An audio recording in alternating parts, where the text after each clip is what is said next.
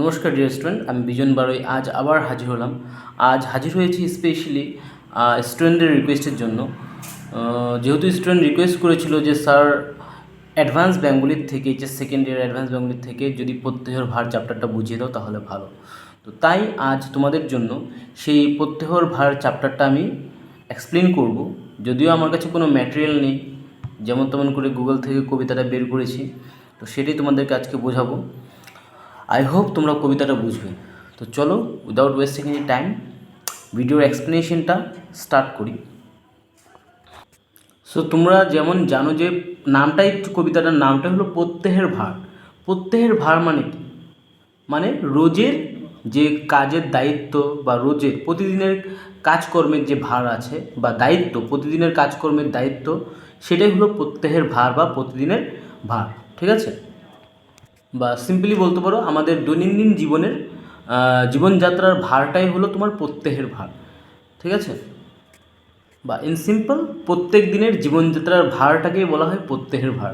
নাও এখন তোমরা জানো এই কবিতাটাই লিখেছেন কে? লিখেছেন হলো কবি বুদ্ধদেব বসু, তাই না? সো আমার কাছে যেটা আমি পেয়েছি, ঠিক আছে, তোমরা দেখতে পারবে না, তো এখানে লেখা আছে যে কবি বুদ্ধদেব বসুর জন্ম হয়েছিল তোমার 30 নভেম্বর 1908 সালে এবং তিনি মারা গিয়েছিলেন 19 মার্চ 1974 সালে। ঠিক আছে? তো তার জন্ম হয়েছিল তোমার হলো 30 নভেম্বর, যদি ইংরাজিতে বলি 30 নভেম্বর 1908, এবং তিনি মারা গিয়েছিলেন তোমার 19 মার্চ 19 মার্চ 1974। ঠিক আছে? তো দেখো, কবি বুদ্ধদেব বসু ইনিশিয়ালি প্রারম্ভিক দিকে যদি আমি বলি, তিনি তার কাব্য সাধনা আরম্ভ করেছিলেন কবিগুরু রবীন্দ্রনাথ ঠাকুরকে অনুসরণ করে। ঠিক আছে? সো প্রথম অবস্থায় তিনি রবীন্দ্রনাথকে ভালো মতন অনুসরণ করেছিলেন। রবীন্দ্রনাথ যে ধরনের কবিতা লিখতেন তিনিও সে ধরনের কবিতা লিখতে আরম্ভ করেন। কিন্তু তোমার 1926 খ্রিস্টাব্দ থেকে 1929 খ্রিস্টাব্দের মধ্যে তার যে সেই রবীন্দ্রনাথকে ফলো করার যে একটা ধারাবাহিকতা ছিল, সেই ধারাবাহিকতা থেকে তিনি অল্প সাইড কেটে নেন। ঠিক আছে? অর্থাৎ তার মধ্যে সেই রবীন্দ্রনাথ ঠাকুরকে যদিও তিনি অনুসরণ করতেন, কিন্তু 1926 সাল থেকে 1929 সালের মধ্যে তিনি যে সকল কবিতা রচনা করেছেন বা কাব্য রচনা করেছেন, সেটা রবীন্দ্রনাথের ধারাবাহিকতার থেকে বাইরে গিয়ে লিখেছেন। ঠিক আছে? অর্থাৎ এই যে সময়টা বললাম, এই সময়ে তিনি অল্প বিদ্রোহী ভাবের কবিতা বা কাব্য রচনা করেছেন। ঠিক আছে? লাইক কাজী নজরুল ইসলাম তোমার যেমন বিদ্রোহী ভাব ফলো করতো। ঠিক আছে? তো তার কবিতার মধ্যেও এই রবীন্দ্রনাথের যে একটা ধারাবাহিকতা ছিল, সেটার থেকে অল্প সরে গিয়ে তিনি বিদ্রোহী ভাবাপন্ন কাব্যের রচনা করতে আরম্ভ করলেন। ঠিক আছে? যেমন তিনি লিখেছিলেন বন্ধির বন্দনা ও অন্যান্য কবিতা, 1930 কাব্য সংকলিত হয়েছিল এটা। ঠিক আছে? এছাড়াও তিনি কিছু কিছু লিখেছেন, লাইক একটি কথা, পৃথিবীর পথে, আমি চঞ্চল হে, নতুন পাতা, তারপর দৈমন্তী, তারপর তোমার লিখেছে রূপান্তর অ্যান্ড দ্রৌপদীর শাড়ি প্রভৃতি ইত্যাদি। ঠিক আছে? তো আমাদের এই যে কবিতাটা আছে, দ্যাট ইজ প্রত্যেহর ভার, তার এই প্রত্যেহর ভার কবিতাটি কিন্তু তোমার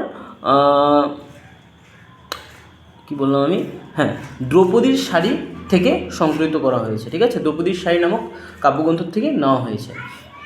তো কবিতাটির লাইন টু লাইন এক্সপ্লেন করার আগে সিম্পলি আমি বলে দিই, এই কবিতাটি তিনি রচনা করেছেন কিছু সংশয় নিয়ে। ঠিক আছে? সংশয় নিয়ে অনেক সময় আমাদের মনে অনেক সময় ডাউট থাকে, অনেক ধরনের ডাউট থাকে, সন্দেহ থাকে। ঠিক আছে? লাইক এক্সাম্পল যদি এখন আমি বলি সিম্পলি, আমি এই ভিডিওটা বানাচ্ছি, এই ভিডিওটাকে আমার স্টুডেন্টরা ভালোবাসবে কি না? এই ভিডিওটা দেখার পর তাদের কেমন লাগবে? তারা কি এটাকে খারাপভাবে কমেন্ট করবে, না আমার ভিডিওটা যেটা বানাচ্ছি একদম খারাপ হবে? তো আমার মাথায় ভিডিওটা বানানোর আগে অনেক ধরনের প্রশ্ন থাকতে পারে, নিশ্চয়ই থাকতে পারে। কিন্তু আমি যদি বলি অ্যাকচুয়ালি আমার মনে এরকম ধরনের কোনো ধরনের সংশয় বা কোয়েশ্চেন মার্ক নেই, বিকজ আমি কোনো ধরনের এই ফেমাস হওয়ার জন্য হ্যানের জন্য ত্যানের জন্য আমি এটা বানাচ্ছি না। আমার রিজন হলো কি, just to help you guys. Okay? তো যাই হোক, তো এখানে কবিতাটার মধ্যে কবির এই যে কবিতাটা প্রত্যহর ভার কবিতাটির মাধ্যমে কবির সংশয়তা, প্রশ্নমার্ক, তার মনের মধ্যে যে চিন্তা, একটা টেনশন বা একটা বলতে গেলে তোমার কি বলতে পারো, একটা প্রশ্নবোধক চিহ্ন তার মনে রয়ে গিয়েছিল। যেমন তিনি যে কবিতাটি রচনা করছেন বা তিনি এতদিন যে ধরনের কাব্য সাধনা করেছেন বা যত কাব্য রচনা করেছেন, সেই কাব্য রচনা বা কাব্য সাধনা তার কি আদৌ চিরস্থায়ী হতে পারবে, না এটা ক্ষণকালের জন্য? কি লোকেরা তার এই কাব্য সাধনাকে বা এই কবিতাটিকে কখনো মনে রাখবে না, দুদিন পরে ভুলে যাবে? তো এই ধরনের প্রশ্ন, যে তিনি যে ধরনের কাব্য সাধনা করেছেন বা যে ধরনের কাব্য রচনা করেছেন, সেগুলি কি কখনো চিরস্থায়ী হবে কি না? তো এই সংশয়ের ভাবটা তার এই কবিতার মধ্যে প্রকাশ হয়, বা তার মধ্যে মানে প্রশ্ন জাগে যে আমি যে সকল কাব্য রচনা করেছি সেটা কি কখনো তোমার পার্মানেন্ট হবে, কখনো চিরস্থায়ী হবে, না এটা ক্ষণকালের জন্য? তো এই ভাব দিয়েই মানে সে পোয়েমটা তোমার শুরু হয়েছে, আর লাস্টে গিয়ে তিনি তার সেই অ্যান্সারটা খুঁজে পেয়েছেন। ঠিক আছে, তো চলো একবার পোয়েমটা আমি পড়ি। ঠিক আছে, একবার আমি পোয়েমটা পড়ি, তারপর তোমাদেরকে আমি লাইন টু লাইন যতখানি পারি সম্ভব আমি এক্সপ্লেন করে দেবো। যে বাণী বিহঙ্গে আমি আনন্দে করেছি অভ্যর্থনা, ছন্দের সুন্দর নীরে বারবার, কখনো ব্যর্থ না হোক তার বেগচ্যুত। পঞ্চমুখ বায়ুর কম্পন জীবনের জটিল গ্রন্থিল বৃক্ষে, যে ছন্দবন্ধন দিয়েছি ভাষারে, তার অনন্ত আভাস যেন থাকে বৎসরের আবর্তনে। অদৃষ্টের কুড়ো বাঁকে বাঁকে কুটিল ক্রান্তিতে, যদি ক্লান্তি আসে, যদি শান্তি যায়, যদি হৃৎপিণ্ড শুধু হতাশার ডুংরু বাজায়, রক্ত শুনে মৃত্যুর মৃদঙ্গ শুধু, তবুও মনের চরম চূড়ায় থাক সে অমর্ত্য অতিথি ক্ষণের চিহ্ন। যে মুহূর্তে বাণীর আত্মারে জেনেছি আপন সত্তা বলে, স্তব্ধ মেনেছি কালেরে মূঢ়প্রবচন মরত্বে, ক্ষণমনু অনিচ্ছার অবশ্য বাচার, ভুলেছি ভীষণ ভার, ভুলে গেছে প্রত্যহ ভার। সো প্রথম লাইনটা দেখো কি বলেছেন, যে বাণী বিহঙ্গে আমি আনন্দে করেছি অভ্যর্থনা, ছন্দের সুন্দর নীরে বারবার, কখনো ব্যর্থ না হোক তার বেগচ্যুত। মানে দেখো, ফার্স্ট অফ অল বাণী মানে কি? কথা, ভাষা। ঠিক আছে, বিহঙ্গ মানে কি? পাখি। তো এখানে বাণী বিহঙ্গে বলছে, যে বাণী বিহঙ্গে আমি আনন্দে করেছি অভ্যর্থনা, ছন্দের সুন্দর নীরে বারবার। এখানে কার কথা? অ্যাকচুয়ালি বাণী বিহঙ্গ যদি কথাটা বলি, এখানে কবিতার কাব্য সাধনাকে বা কবিতাকে, ঠিক আছে, কার সঙ্গে তুলনা করেছেন, বা তার কথা, ঠিক আছে, কথারূপ সিম্পলি বুঝে নেবে, কবিতার কাব্য সাধনাকে অর্থাৎ কাব্যকে তিনি বাণী বিহঙ্গের সঙ্গে তুলনা করেছেন। মানে বিহঙ্গ মানে তোমরা জানো পাখি, আর বাণী মানে কি? কথা। তো পাখি কি হয়, যেমন উড়ে উড়ে বেড়ায় তোমার নীল আকাশে, ঠিক আছে, সীমাহীনভাবে বাধাহীনভাবে সে আকাশে উড়ে বেড়ায়। ঠিক কবির যে কাব্য সাধনা অর্থাৎ কাব্য যেগুলো আছে সেগুলোও যেন ঠিক তেমনই পাখির মতন একটা, অর্থাৎ তার বাণী বিহঙ্গ মানে বিহঙ্গের মতো তোমার কী করতে পারে? সঞ্চার করতে পারে আকাশে, বা তুমি বলতে পারো সিম্পলি বলতে পারো যেরকম পাখি তোমার নীল আকাশে বিচরণ করে, ঠিক আছে, প্রবাহমান ধাবমান হয়ে, ঠিক তেমনই তার যে কাব্য সাধনা আছে বা তার যে বাণীর অর্থাৎ কথারূপ, ঠিক তেমনই তার কাব্য কথারূপ বিহঙ্গও যেন চিরকালের জন্য সঞ্চরশীল হতে পারে। ঠিক আছে, তো ইন সিম্পল যদি বলি, কবির কাব্য সাধনা অর্থাৎ কাব্যকে তিনি বাণী বিহঙ্গের সঙ্গে তুলনা করেছেন। ঠিক আছে, আর বাণী বিহঙ্গটা কেমন? যেমন পাখি তোমার নীল আকাশে উড়ে যেতে থাকে, উড়ে যেতে পারে, ধাবমান হতে পারে, ঠিক তেমনও যেন তার কাব্য সাধনা বা তার কাব্যগুলো তোমার চিরকালের জন্য, ঠিক আছে, ধাবমান হতে পারে বা চলে যেতে পারে, তার মধ্যে যেন কখনো কোনো রোগটোক না আসে। ঠিক আছে, সো তিনি যে সেই বাণী বিহঙ্গকে কীভাবে আপ্যায়ন করেছে, ঠিক আছে, অভ্যর্থনা মানে কি? ওয়েলকাম জানানো। তো তিনি বলছেন, আমি আমার কাব্য সাধনাকে কিংবা কাব্যকে আনন্দে করেছি অভ্যর্থনা, মানে আপ্যায়ন করেছে বা ওয়েলকাম করেছে। কিভাবে? ছন্দের সুন্দর নীরে বারবার, ছন্দের মাধ্যমে তিনি তার কাব্য সাধনাকে কীভাবে গড়ে তুলেছে বা কীভাবে তাকে ওয়েলকাম জানিয়েছে ছন্দের মাধ্যমে। এখন ছন্দ মানে কি তোমরা জানো? ছন্দ মানে কি? তাল।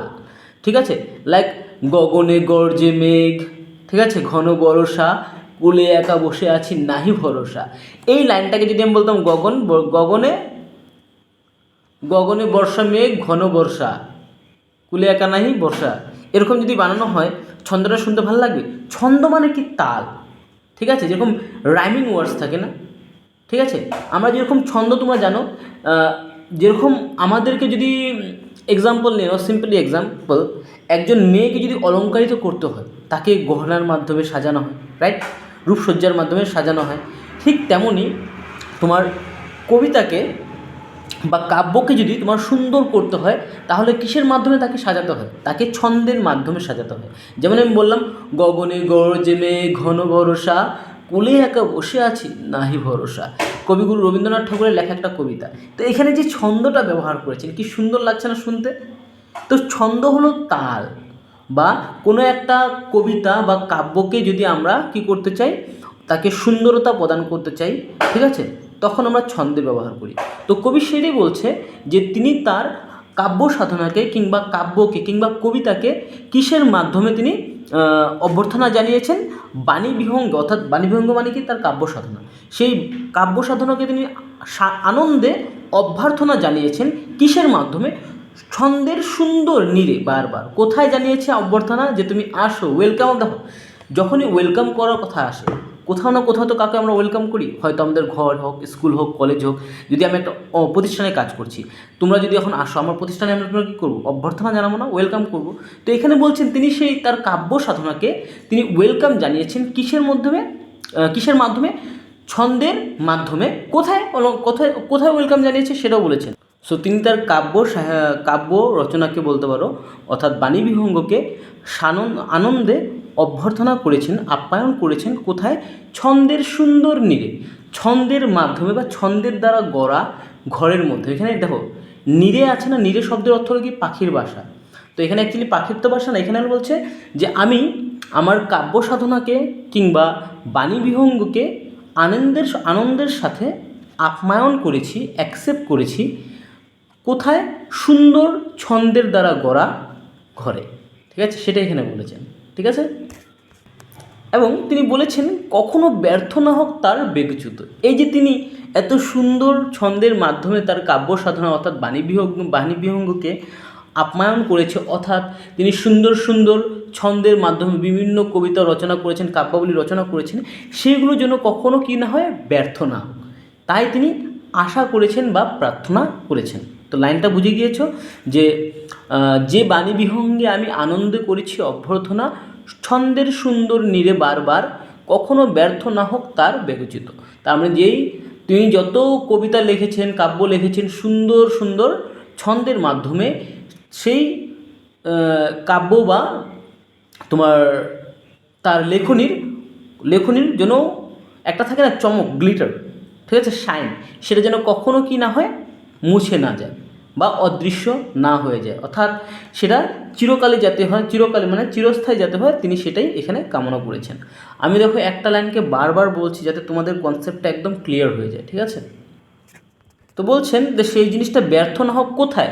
পঞ্চমুখ বায়ুর কম্পন জীবনের জটিল গ্রন্থিল বৃক্ষে। এখানে পঞ্চমুখ বায়ুর কম্পন জীবনের জটিল গ্রন্থিল বৃক্ষে মানে এই লাইনটা কি? দেখো, পঞ্চমুখ বলতে গেলে এখানে পঞ্চস্বরের কথা বলা হয়েছে।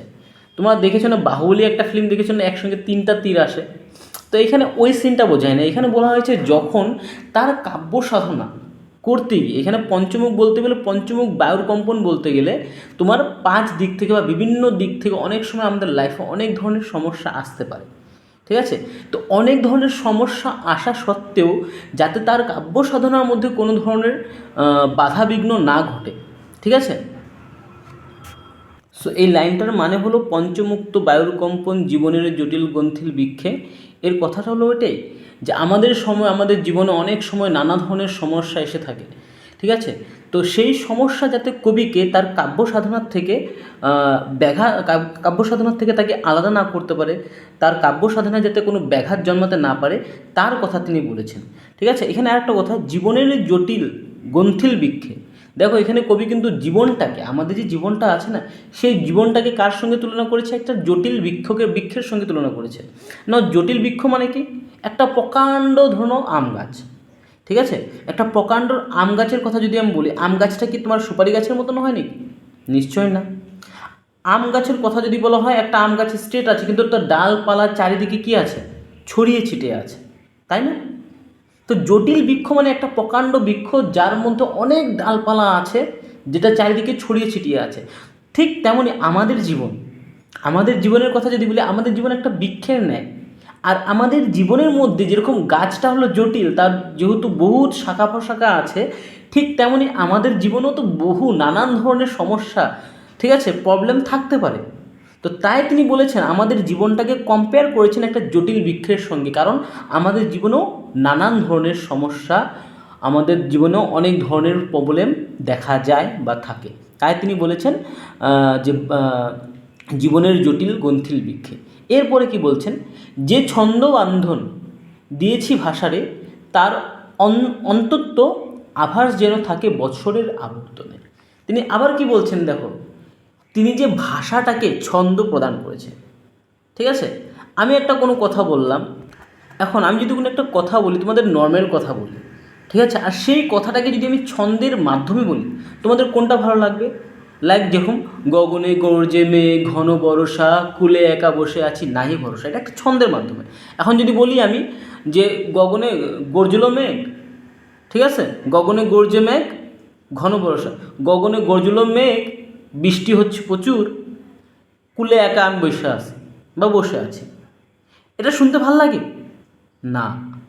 নিশ্চয়ই এটা শুনতে ভালো লাগবে না। কিন্তু যখন এটাকে আমি ছন্দের মাধ্যমে প্রকাশ করবো, সেটা শুনতে কী হয়, ভালো লাগে।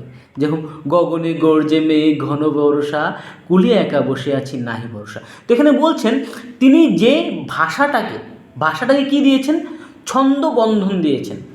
ভাষা তো আছে, তুমিও কথা বলছো, আমিও কথা বলছি, কিন্তু ভাষাকে যখন ছন্দ বন্ধন দেওয়া হয়, অর্থাৎ ছন্দ প্রদান করা হয়, ছন্দের মাধ্যমে প্রকাশ করা হয়, সেটা শুনতে কী হয়, খুবই অলংকারিত বলে মনে হয়, কিংবা খুবই সুন্দর বলে মনে হয়। যেরকম কোনো একজন, সিম্পলি আমি একটা এক্সাম্পল দিচ্ছি, কেউ নেগেটিভলি নেবে না। এখন যদি আমি সাপোজ কালো একজন মানুষ, আমি যদি নর্মালি থাকি, আমাকে দেখতে কেউ পছন্দ করবো না। এখন যদি আমি সেখানে ঠিকসে পুরো একেবারে হেয়ার কাট মার স্টাইল করি, সেটা কীভাবে অলংকারিত করা হবে, তখন দেখতে আমাকে কী লাগবে, ভালো লাগবে। তো সেটা হলো ছন্দর কাজ। ছন্দ কী করে একটা ভাষাকে তোমার সুন্দরত্ব প্রদান করে। তো তিনি এটাই বলেছেন যে ছন্দবন্ধন দিয়েছি ভাষারে, আমি কী করেছি, ভাষাটাকে, একটা সাধারণ ভাষাকে কী করেছি, আমি ছন্দ প্রদান করেছি, ছন্দবন্ধন দিয়েছি, ঠিক আছে, তার অনন্ত আভাস যেন থাকে বৎসরের আবন্তরে। অর্থাৎ তিনি সিম্পল ভাষাকে যে ছন্দের মাধ্যমে গড়ে তুলেছেন, অর্থাৎ তিনি কোনো একটা কবিতাকে নানান ধরনের সুন্দর সুন্দর ছন্দের মাধ্যমে কাব্যকে গড়ে তুলেছেন। সেই যে কাব্যকে তিনি ছন্দের মাধ্যমে গড়ে তুলেছেন, সেটা যেন টেম্পোরারি না হয়। এখানে কি বলছে দেখো, তার অনন্ত আভাস যেন থাকে বৎসরের আবর্তনে, মানে বছরের পর বছর যদিও কেটে যায়, চলে যায়, সময় আসে বা যায়, ঠিক আছে, যা কোনো প্রবলেম নেই, কিন্তু তিনি যে এত ছন্দ দিয়ে সুন্দর করে ভাষাকে গড়ে তুলেছেন, অর্থাৎ কাব্য সাধনা করেছেন, কবিতা রচনা করেছেন, সেটা যেন কখনো ধূলিসাৎ না হয়, ঠিক আছে, সেটা এখানে তিনি বলেছেন। তিনি আবার লোকে বলছে এর সঙ্গে, অদৃষ্টের কুরু আঁকে বাঁকে কুটিল ক্রান্তিতে। নাও এই অদৃষ্টের কুরু বাঁকে বাঁকে কুটিল ক্রান্তিতে কথাটির অর্থ কী? অদৃষ্ট মানে কি? যেটাকে আমরা দেখতে পারি না, যেটার বিষয়ে আমরা জানি না। লাইক এক্সাম্পল, আমাদের লাইফ, আমাদের জীবনে কখন কি আসবে তুমি কি জানতে পারো, প্রিডিক্ট করতে পারো? সেটার পূর্বানুমান বলতে পারো তুমি? নিশ্চয়ই না। তো এখানে সেটাই বলছে যে অদৃষ্টের কুরু বাঁকে বাঁকে কুটিল ক্রান্তিতে, আমাদের লাইফে কখন কি সমস্যা আসবে, কোন পরিস্থিতি আসবে, কেউ জানে না, ঠিক আছে, কেউ জানে না, সেটা কেউ বলতে গেলে সেই বিষয়ে কেউ বলতে পারে না। লাইক দেখো, আমরা হলো এই পৃথিবীতে এসেছি কাঠপুতলার হিসেবে, আমাদেরকে কেউ নাচাচ্ছে, কে নাচাচ্ছে? উপরওয়ালা নাচাচ্ছে। অ্যান্ড উপরওয়ালা আমাদেরকে কীভাবে নাচাচ্ছে সেটা আমরা জানি না, উপরওয়ালা যেভাবে চলাচ্ছে আমরা সেভাবেই চলছি, তাই না? তো সেটাই এখানে বলছেন যে আমাদের জীবনের নানান সময়ে নানান ধরনের নানান পরিস্থিতির উদ্ভাবন হতে পারে, নানান সমস্যা, নানান বিচক্ষণতা, নানান কষ্টকর পরিস্থিতির সৃষ্টি হতে পারে। তো তিনি সেখানে সেটাই বলছেন, যদিও আমাদের জীবনে নানান ধরনের সমস্যার সৃষ্টি হচ্ছে, নানান ধরনের প্রবলেম আসছে, ঠিক আছে, কিংবা জটিলতা কুটিলতা দেখা যাচ্ছে, ঠিক আছে, সেই সব কিছু যেন পেরিয়ে, সেই সব কিছুকে ক্রস করে তার যেন সেই কাব্য সাধনা অর্থাৎ কবিতা বা কাব্য রচনা যেন স্থায়ী হয়ে থাকে, তিনি সেই কথাটা এখানে বলছেন। ঠিক আছে, তো দেখো এখন কি বলছে, যদি ক্লান্তি আসে, যদি শান্তি যায়, যদি হৃৎপিণ্ড শুধু হতাশার ডমরু বাজায়, রক্ত শুনে মৃত্যুর মৃদঙ্গ শুধু, তবুও মনের চরম চূড়ায় থাক সে অমর্ত্য অতিথি ক্ষণের চিহ্ন। তো দেখো, এই যে আমি বললাম আমাদের জীবনে যে এত ধরনের নানান সময় নানান ধরনের পরিস্থিতির মধ্যে নানান সমস্যা আসে, ঠিক আছে, নানান ধরনের বিচক্ষণতা, নানান ধরনের জটিলতা বা কুটিলতা ফেস আমাদের করতে লাগে।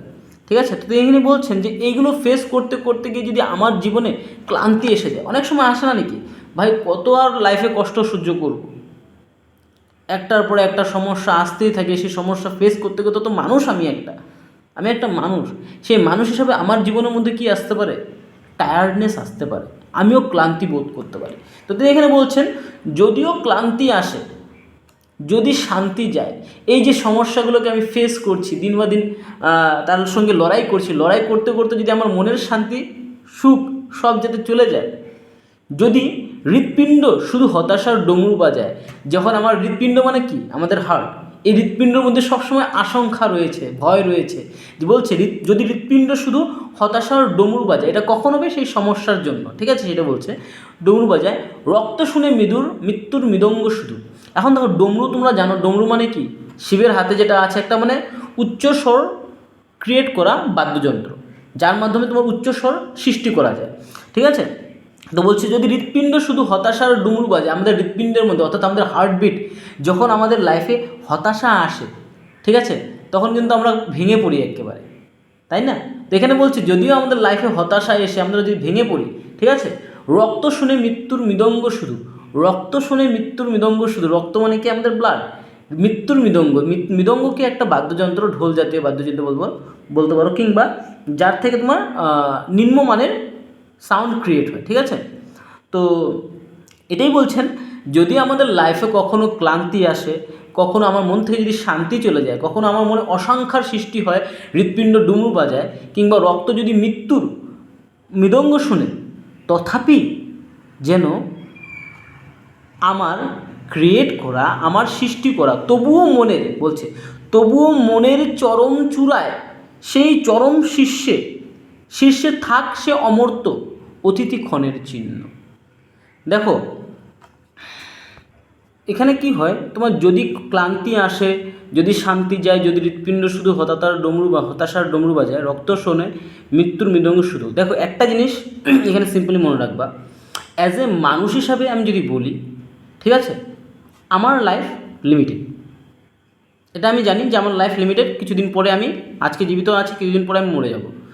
কিন্তু সাপোজ এক্সাম্পল ধরে নাও, আজকে আমি এই ভিডিওটা ক্রিয়েট করছি অ্যাজ অ্যান এডুকেটর, এই ভিডিওটা যদি আমি মরেও যাই, মরে যাওয়ার পরেও যাদের যখন এই চ্যাপ্টারের প্রয়োজন পড়বে, যারা এই চ্যানেলটাকে ভিজিট করবে, তারা এই চ্যাপ্টারটা পেয়ে যাবে না?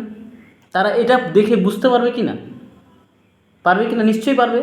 তার মানে দেখো, আমি আজকে এই চ্যাপ্টারটা তোমাদেরকে এক্সপ্লেন করছি অ্যাজ এ পার্সন হিসাবে, আমার আইডেন্টিটি, আমার আয়ু লিমিটেড, কিন্তু আজ থেকে 10 বছর হোক, 20 বছর হোক, ইভেন 100 বছর পরেও যদি তোমাদের এই কবিতাটা তোমাদের কোর্সে থাকে, সিলেবাসে থাকে, তখন যদি কোনো স্টুডেন্ট সেই কবিতাটাকে বুঝতে চায়, তখনও কী করতে পারে, এই চ্যানেলটাকে খুঁজবে, কিংবা এই কবিতাটাকে খুঁজে যদি পায়, সে 100 বছর পরেও আমার এই কবিতাটা তারা বুঝতে পারবে দেখে, আমি যে আজকে তোমাদের চ্যাপ্টার এক্সপ্লেনেশনটা দিচ্ছি।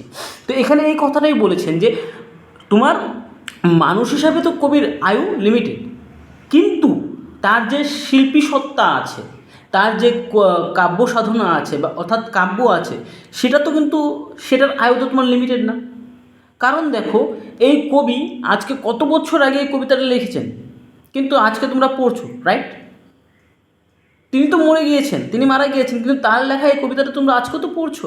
তো এখানে সেটাই বলেছেন, যদিও তবুও মনের চরম চূড়ায় থাক সে অমর্ত্য অতিথি ক্ষণের চিহ্ন। ঠিক আছে, অর্থাৎ তিনি বলছেন যে তিনি যদিও মারা যান, কিন্তু তার সৃষ্টি করা যে কাব্য সাধনা আছে, বা কাব্য কবিতা যাই আছে, সেটা যেন পার্মানেন্ট হয়ে থাকে, সেটার কথা তিনি এখানে বলেছেন।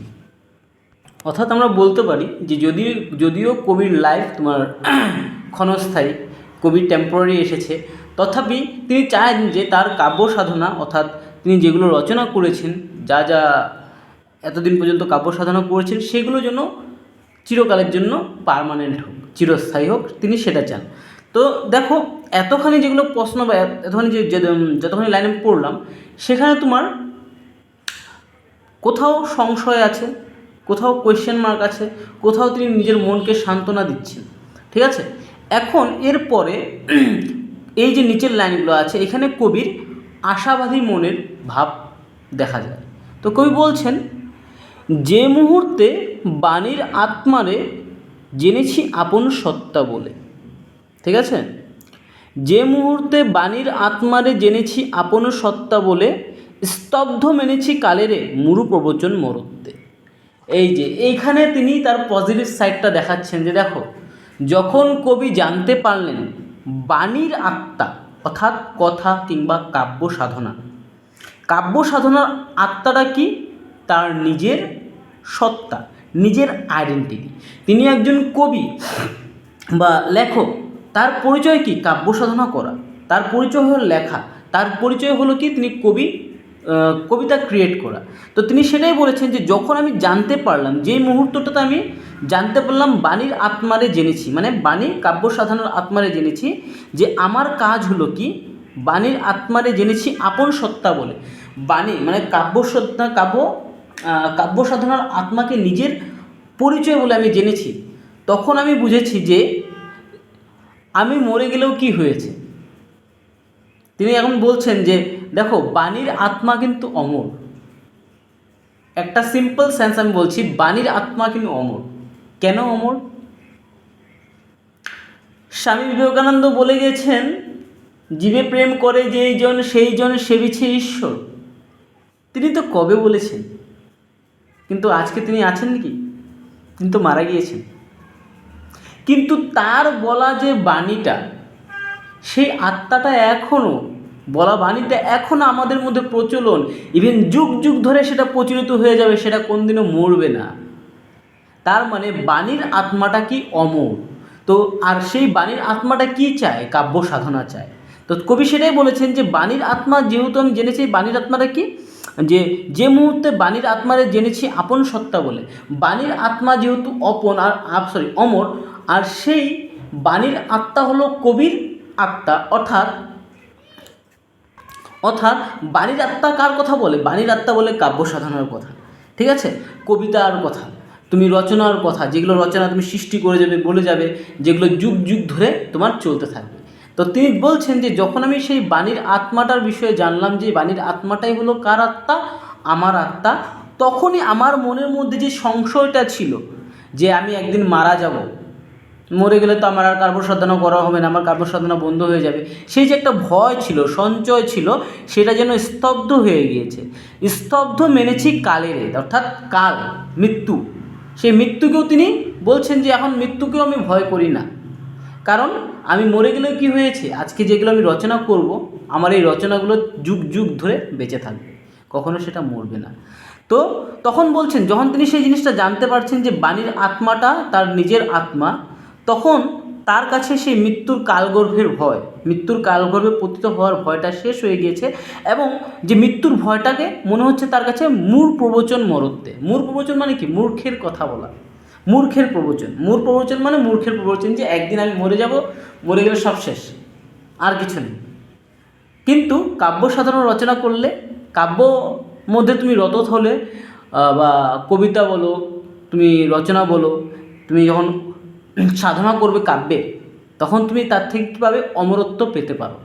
ঠিক আছে, তো তিনি যখন এই সত্যটা জানতে পারলেন, তখন তার মনের ভয় কেটে গেল, এবং তার কাছে যে মৃত্যুর কালগর্ভ ছিল সেটা যেন স্তব্ধ হয়ে যায়। এবং সেই মৃত্যুকে নিয়ে যে একটা ভয় থাকে, বা প্রবাদ প্রবচন আছে যে একদিন তো সবাইকে মরতেই হবে, তখন সব কিছু শেষ হয়ে যাবে, সেই মৃত্যুর ভয়টাকে তিনি বলছেন কি বলছেন? মূঢ় প্রবচন। কারণ এটা একটা মূর্খের প্রবচন, যে মারা গেলেই সব শেষ, আর কিছু নাই। কেন? স্বামী বিবেকানন্দ মারা গিয়েছেন, ঠিক আছে, বাট তিনি এখনও আমাদের মাঝখানে জীবিত আছে। কবি রবীন্দ্রনাথ ঠাকুরও মারা গিয়েছেন, বাট তার লেখা কবিতা সব কিছু এখনও আমরা পড়ছি, এখনও শেষ হয়নি, ইভেন যুগ যুগ ধরে সেটা চলতেই থাকবে। তো এখানে সেই কথাটা বলেছে, ঠিক আছে। দেখো, তোমার কবি বিশ্বাস করেন যে তার কবিকর্ম, ঠিক আছে, কবিকর্ম একদিন স্থায়িত্ব অর্জন করবে, ঠিক আছে। এরপর লাস্টের লাইন যেটা আছে, কবি মানে তোমার সেই প্রত্যহের ভারের বিষয়ে বলেছেন, ঠিক আছে। তো কবি কি বলেছেন, তার মন যেন অনিচ্ছা সত্ত্বেও, ঠিক আছে, অবশ্য বাঁচার মায়ামোহ আত্মবিস্মৃত হয়ে দৈনন্দিন জীবনের ভারও ভুলে বসে আছে। তার মানে দেখো এখানে কি বলছে, অনিচ্ছা মানে ইচ্ছা নাই যেখানে, ঠিক আছে, অনিচ্ছা সত্ত্বেও কবির মনের ইচ্ছা না থাকা সত্ত্বেও, ঠিক আছে, তিনি সেই যে বাঁচার একটা থিঙ্কিং ছিল না, যে আমি বাঁচলে আমার কাব্য সাধনা আরও করতে পারবো, রচনা করতে পারবো, ঠিক আছে, যত তিনি লম্বা বাঁচবেন তত তিনি কাব্য সাধনা রচনা করবেন, হ্যান করবেন, ত্যান করবেন, সেই বা ইচ্ছাটাকে, সেই বাঁচার ইচ্ছাটাকে তিনি ইচ্ছা মানে কি বলছে, ইচ্ছা না থাকা সত্ত্বেও তিনি ভুলে বসেছেন, ঠিক আছে। তিনি সেই কথাটা বলছেন যে একটা বাঁচার ইচ্ছা থাকে না লোকদের মধ্যে, সেই ইচ্ছাটা তিনি বিস্মৃত হয়ে গিয়েছেন। কীভাবে হয়েছেন বিস্মৃত, কীভাবে বলেছেন, তিনি একটা সত্য কথা জেনে গিয়েছেন যে তোমার চিরস্থায়ী হওয়ার জন্য বা অমর হওয়ার জন্য তোমাকে লম্বা যে বাঁচতে লাগবে সেটা কোনো কথা না। তুমি যদি বাঁচতে চাও, তুমি তোমার শিল্পীর মাধ্যমে, শিল্পী সত্তার মাধ্যমে তুমি বাঁচতে পারো, ঠিক আছে। তো এই কথাটা তিনি জেনে গিয়েছেন, তাই তিনি এখানে বলছেন যে তিনি মরে গেলেও তার কোনো এখন প্রবলেম নাই, কোনো ভয় নাই, কারণ তিনি মরে গেলেও তিনি অমর হয়ে থাকবেন, কার মাধ্যমে, তার শিল্পী সত্তার মাধ্যমে, ঠিক আছে। আর এই কথাটা জানার সঙ্গে সঙ্গে তিনি ভুলে গিয়েছেন তার জীবনের দৈনন্দিন ভারসমূহ, অর্থাৎ প্রত্যহের ভার, অর্থাৎ প্রত্যেক দিনের যে বোঝাটা আছে, যেটাকে আমাদের লাইফের সমস্যা বলে মনে হয়, আমরা বোঝা বলে মনে করি প্রত্যহের ভার, দায়িত্ব কর্তব্যটাকে, সেই দায়িত্ব কর্তব্যকেও তিনি এর সঙ্গে সঙ্গে ভুলে গিয়েছেন। যখন তিনি জানতে পেরেছেন যে তার কাব্যসত্তা, তার শিল্পী সত্তা তাকে অমরত্ব প্রদান করবেন, তখন তার মনের মধ্যে যে লম্বা যে বাঁচার ইচ্ছা যে ছিল, সেই ইচ্ছাকে তো তিনি ভুলে গিয়েছেন, বা তার মনে যে মরার একটা ভয় ছিল, সেই ভয়টাকে তো তিনি ভুলেছেন। সঙ্গে সঙ্গে তার জীবনের যে প্রত্যহের ভারটা, প্রত্যহের যে বোঝা, ঠিক আছে, যেটা আমাদের অনেক সময় অনেক নানানভাবে আমাদেরকে ফিল করায় যে এটা আমাদের জীবনের একটা বোঝ বা সমস্যা, সেই সমস্যাটাকেও তাকে ভুলে যেতে সাহায্য করেছে। বুঝে গিয়েছো? অর্থাৎ লাস্ট ফিনিশিং, কবির মনে যে একটা নিরাশা ভাব ছিল, হতাশা ভাব ছিল, যে তার কাব্য সাধনা তাকে অমরত্ব প্রদান করবে কিনা, সেটা চিরস্থায়ী হবে কিনা ভবিষ্যতে, ঠিক আছে, তার মধ্যে যে একটা বিমূঢ় চিন্তাভাবনা ছিল, কোয়েশ্চেন মার্ক ছিল, সেই কোয়েশ্চেন মার্কের উত্তর তিনি লাস্ট ফিনিশিং খুঁজে পায়। এবং তিনি তার মনের মধ্যে যে লম্বা বেঁচে থাকার যে একটা কথা, যে লম্বা বেঁচে থাকলে তিনি অনেক কাব্য সাধনা রচনা করতে পারেন এবং তিনি ভবিষ্যতে চিরস্থায়ী হবেন, নানান ধরনের থিঙ্কিং যেটা আছে, সেই নানান ধরনের থিঙ্কিং নানান ধরনের থিঙ্কিং থেকে, চিন্তাধারা থেকে তিনি নিজেকে মুক্ত করতে পারেন। অর্থাৎ তার মধ্যে যেই নিরাশা হতাশা ভাব ছিল, সে জিনিসের থেকে তিনি অবশেষে বের হয়ে আসতে পারেন। তো দেখো, বেসিক্যালি এই জিনিসটা হয় অনেক সময়। এখানে যেটা আমি বলেছিলাম যে কবি বুদ্ধদেব বসু তিনি যে কাব্য রচনা করছেন বা কবিতা রচনা করছেন, সেটার এক্সিস্টেন্স ভবিষ্যতে থাকবে কি না, সেটা নিয়ে তার মাথায় অনেক সময় অনেক ধরনের চিন্তাভাবনা হয়তো সৃষ্টি হয়েছিল, তাই তিনি ভেবে এই কবিতাটা লিখেছিলেন, ঠিক আছে। আর তিনি এই কথাটা জানতেন যে যদিও শিল্পীর আয়ু লিমিটেড হয়, কিন্তু তার শিল্পী সত্তা, অর্থাৎ তার রচনাবলী যত যে আছে, সেটার আয়ু সীমিত না, সেটা কি হয়, আনলিমিটেড হয়। শিল্পীর আয়ু শেষ হতে পারে, কিন্তু শিল্পী সত্তা, তার রচনাবলী, সেটা কখনো মরতে পারে না, ঠিক আছে, সেটা চিরস্মরণীয় হয় বা চিরস্থায়ী হয়, সেটা কবি জানতেন। তো তাই তিনি এইভাবে নানান ছন্দের মাধ্যমে কবিতাটা লিখেছেন। তো আই হোপ এখন তোমরা কবিতাটা নিশ্চয়ই বুঝে গিয়েছো। অ্যান্ড অ্যাডভান্স বেঙ্গলির মেন বুকের যতগুলো চ্যাপ্টার আছে, প্রত্যেকটা চ্যাপ্টার আই থিঙ্ক আমার সব বোঝানো হয়ে গিয়েছে। আর এর স্পেশাল প্লেলিস্টও ক্রিয়েট করা আছে আমার, তোমরা প্লেলিস্টে গিয়ে সব কটা ভিডিও দেখতে পারো, ঠিক আছে। তো যতগুলো চ্যাপ্টার ছিল আমি সব কটা বুঝিয়ে দিয়েছি। আর এখানে মুকুট বলে একটা নাটক আছে, আর মেজদি বলে কিছু একটা নাটক আছে, সেটার বই আমার কাছে নেই। তো সেই নাটকটা তোমাদেরকে বোঝাতে গেলেও বহুত বড় কাহিনী একটা, ঠিক আছে? তো সেটা পসিবল হবে না, নাটক যেহেতু। তো যাই হোক, মেন চ্যাপ্টারের যতগুলো চ্যাপ্টার ছিল সেগুলো আমি বুঝিয়ে দিয়েছি।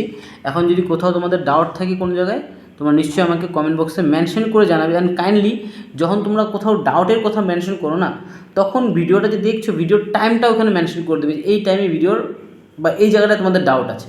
কারণ দেখো, আমি কখন কোনটা বলছি, কোথাও আমারও বলাতে কিছু হয় বা এরকম কিছু ওয়ার্ড আমি বলছি যেখানে তোমাদের বুঝতে অসুবিধা হতে পারে। তো কোন জায়গাটায় আমি ওয়ার্ডটা বলেছি ওই টাইমটা তোমরা কাইন্ডলি মেনশন করবা। কারণ একজন কমেন্ট করেছে রিসেন্টলি, আমি শুনেছি, দেখেছি, বাট তার কমেন্ট দেখে, কমেন্টের ওয়ার্ড দেখে আমি বুঝতে পারিনি, ঠিক আছে? তো তার জন্য আমি বলছি, যখন তোমরা কমেন্ট করবা, যদি কোথাও বুঝতে প্রবলেম হয়, কোন জায়গাটা তোমাদের বুঝতে প্রবলেম হয়েছে সেটার টাইমটা তোমরা ওখানে মেনশন করে দেবে, ঠিক আছে? সো আজকের জন্য ভিডিওটা এখানেই শেষ করছি।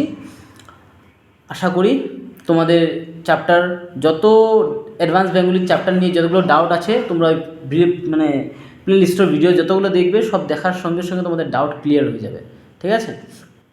তো তোমরা দেখতে থাকো ভিডিও, শিখতে থাকো এবং আগে বাড়তে থাকো, এটাই আমি প্রে করি অলওয়েজ। ধন্যবাদ।